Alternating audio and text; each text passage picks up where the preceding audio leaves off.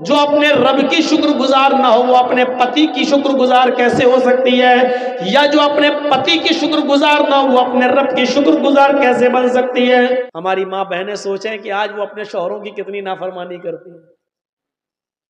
ایک مہینے کی تنخواہ لے کے شوہر گھر پہ آیا کہ خالی ہاتھ چلے آئے تو فیئر اینڈ لولی نہیں لائے، پاؤنڈز لانا چاہیے تھا، چلے آئے ایسی خالی ہاتھ۔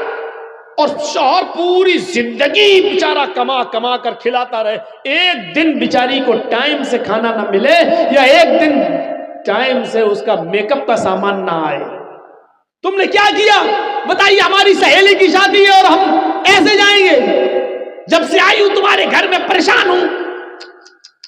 اس شوہر کے دل پہ کیا بیتتی ہے؟ حضرت ابراہیم علیہ السلام جب اپنے بیٹے اسماعیل سے ملنے گئے تو کیا کہا تھا؟ اسماعیل علیہ السلام شکار کھیلنے کے لیے گئے ہوئے تھے جنگل میں، بیوی نکل کے آئیں، دیکھا ایک بڈھا کھڑا ہے، کہا السلام علیکم، کہا وعلیکم السلام، کہا اسماعیل کہاں ہیں؟ کہا وہ تو جنگل میں گئے شکار کرنے۔ کہا اچھا بیٹا یہ بتاؤ کہ گھر میں گزر بسر کیسی چل رہی ہے؟ تو اسماعیل علیہ السلام کی بیوی نے کہا بہت بری کنڈیشن ہے، صبح کھا لو تو شام کو نہیں ملتا، شام کو کھا لو تو صبح نہیں ملتا، بہت برا حال ہے۔ حضرت ابراہیم علیہ السلام نے کہا ٹھیک ہے بیٹا کوئی بات نہیں، وہ آ جائیں جب تمہارے پتی گھر میں تو ان سے کہنا کہ ایک بوڑھا آدمی آیا تھا اس نے تم کو سلام کہا ہے، اور دوسری بات اس نے یہ کہی ہے کہ گھر کی چوکھٹ ٹھیک نہیں ہے، گھر کی چوکھٹ بدل دو۔ چوکھٹ سمجھتے ہیں نا؟ دروازے پہ جو سامنے لگی ہوتی ہے چوکھٹ، کا گھر کی چوکھٹ بدل دو۔ اسماعیل کی بیوی کہتی بڈھا سٹیا گیا، گھر کی چوکھٹ تو ٹھیک ہے، وہ کہہ رہا ہے کہ ٹھیک نہیں ہے، ارے ہوا بھی آتی ہے گرمی میں، سردی میں دھوپ بھی آتی ہے، گرمی میں ہوا بھی آتی ہے، اور بڈھا کہہ رہا ہے گھر کی چوکھٹ ٹھیک نہیں ہے۔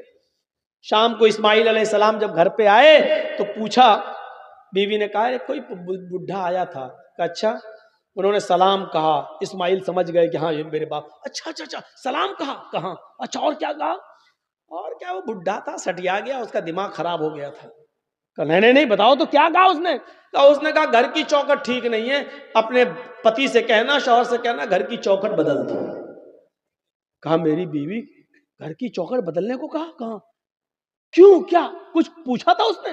کہا پوچھا تھا گھر میں گزر بسر کیسا چل رہا، تو میں نے بتا دیا بہت برا، صبح کھا لو تو شام کو بھوکی سوتی ہوں، شام کو کھا لو تو صبح بھوکی اٹھتی ہوں، ایک ٹائم کھا لو ایک ٹائم ملتا ہی نہیں ہے، تو جو تھا گھر کا حال وہ بتا دیا۔ کہا میری بیوی وہ بڈھا میرا باپ تھا، اور تم نے یہ کہہ کر ناشکری کر دی، تمہیں یہ کہنا چاہیے تھا کہ میں جس حال میں ہوں اللہ کا ہر حال میں شکر ادا کرنا چاہیے تھا، اور کہنا چاہیے تھا کہ ہر حال میں اللہ کا شکر ہے، جیسا بھی اس نے رکھا ہے ہر حال میں اللہ کی شکر گزار ہوں، یہ کہنا چاہیے تھا۔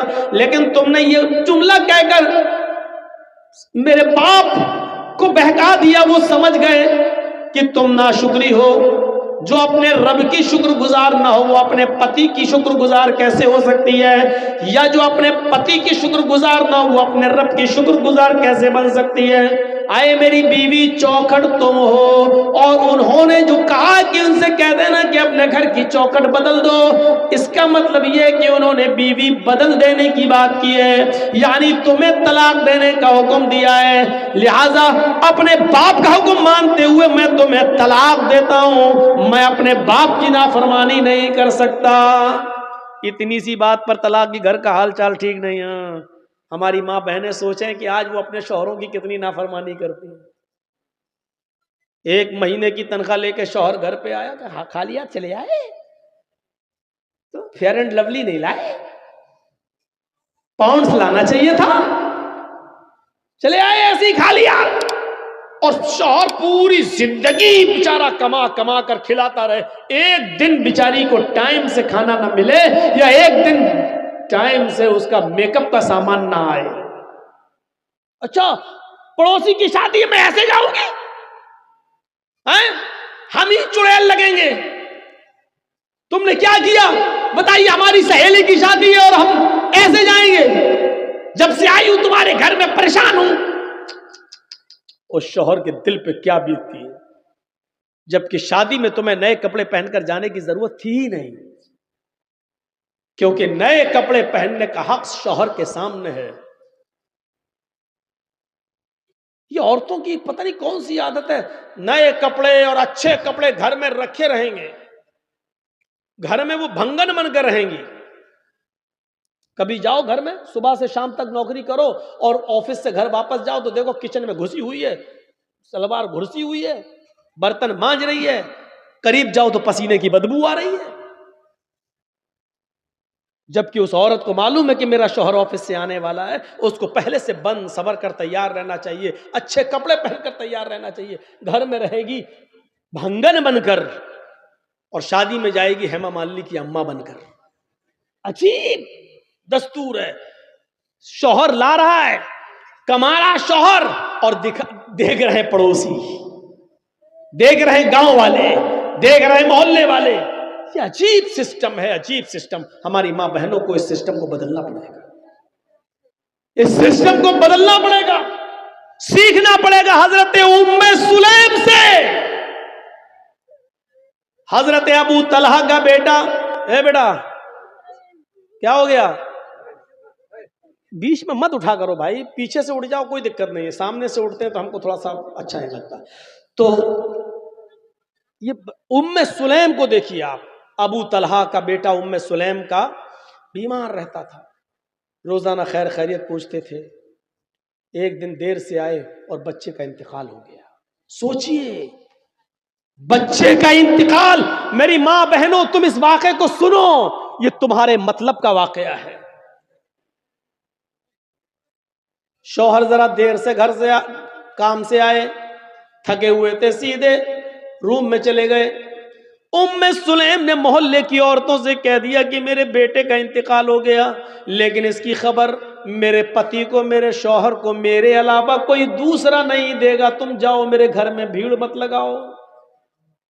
شوہر کو ابھی پتا نہیں کہ گھر میں میرا بیٹا انتقال کر گیا. شوہر عشاء کے بعد گھر میں آئے، گھر میں آتے ہی پوچھا بیوی سے، ام سلیم، کہا جی کیا ہوا، بیٹا کیسا ہے؟ کہا الحمدللہ، اور دنوں کی بنسبت آج بچے کو بہت آرام ہے. آج تو اتنا آرام ہے کہ آج جتنا آرام تو بچے کو کبھی ملا ہی نہیں. دیکھیے کتنی خوبصورتی کے ساتھ اپنے شوہر کو یہ پیغام دے دیا. اچھا ٹھیک ہے، سونے دو، سو رہا ہے، سونے دو، ٹھیک ہے، تب اس کو جگانا ٹھیک نہیں ہے، سو رہا. کہا ٹھیک ہے آپ نہا دھو لیجئے، فریش ہو جائیے، میں کھانا لگاتی ہوں. محلے کی کسی بھی عورت کو آنے نہیں دے رہی ہیں، اور شوہر کی سیوا دیکھو اس حال میں کہ بغل کے روم میں بیٹے کی لاش ہے، بغل کے روم میں بیٹے کا جنازہ رکھا ہوا ہے، بغل کے کمرے میں بیٹے کی روح کا جسم پڑا ہوا ہے. تصور کرو میری بہنوں، میری ماؤں، کھانا کھلایا اچھی طریقے سے، شوہر نے کھانا کھایا، ام سلیم بھی اپنے شوہر کے ساتھ کھانا کھا رہی ہیں. اور کھانا کھانے کے بعد ام سلیم نے میک اپ کیا، خوشبو لگائی. عورت خوشبو لگا سکتی ہے لیکن گھر کے اندر، گھر کے باہر تو وہ ڈابر آنولا کا تیل بھی لگا کر نہیں نکل سکتی ہے. گھر کے باہر اگر جاتی ہے تو میک اپ تو بہت دور کی بات، خوشبو اور پرفیوم تو بہت دور کی بات، خوشبودار کوئی چیز بھی استعمال نہیں کر سکتی ہے. اگر کسی تیل میں سینٹ آتا ہے، خوشبو آتی ہے، تو وہ تیل بھی لگا کر گھر سے باہر نہیں نکل سکتی ہے. کوئی بجنے والی چیز بھی پہن کر گھر سے باہر نہیں نکل سکتی ہے. چوڑیاں جو کھنکھناتی ہیں اور چلیں تو آواز کریں، وہ گھر سے باہر نکلتے وقت چوڑیاں بھی نہیں پہن سکتی ہے. پائل جو چلتے وقت جو پائلوں کی جھنکار اور اس کی آواز اور اس میں لگے ہوئے گھنگروؤں کی آواز اگر آتی ہے تو وہ ایسی پازیب اور ایسی پائل اور ایسے گھنگرو بھی نہیں پہن سکتی ہے. یاد رکھیے میری بہنوں، میری ماؤں، میری بیٹیوں، سوچئے گا ضرور اور غور کیجئے گا کہ لپسٹک کریم پاؤڈر تو بہت دور کی بات ہے، گھر سے نکلنا ہے تو خوشبودار تیل لگا کر بھی نہیں نکل سکتی ہے۔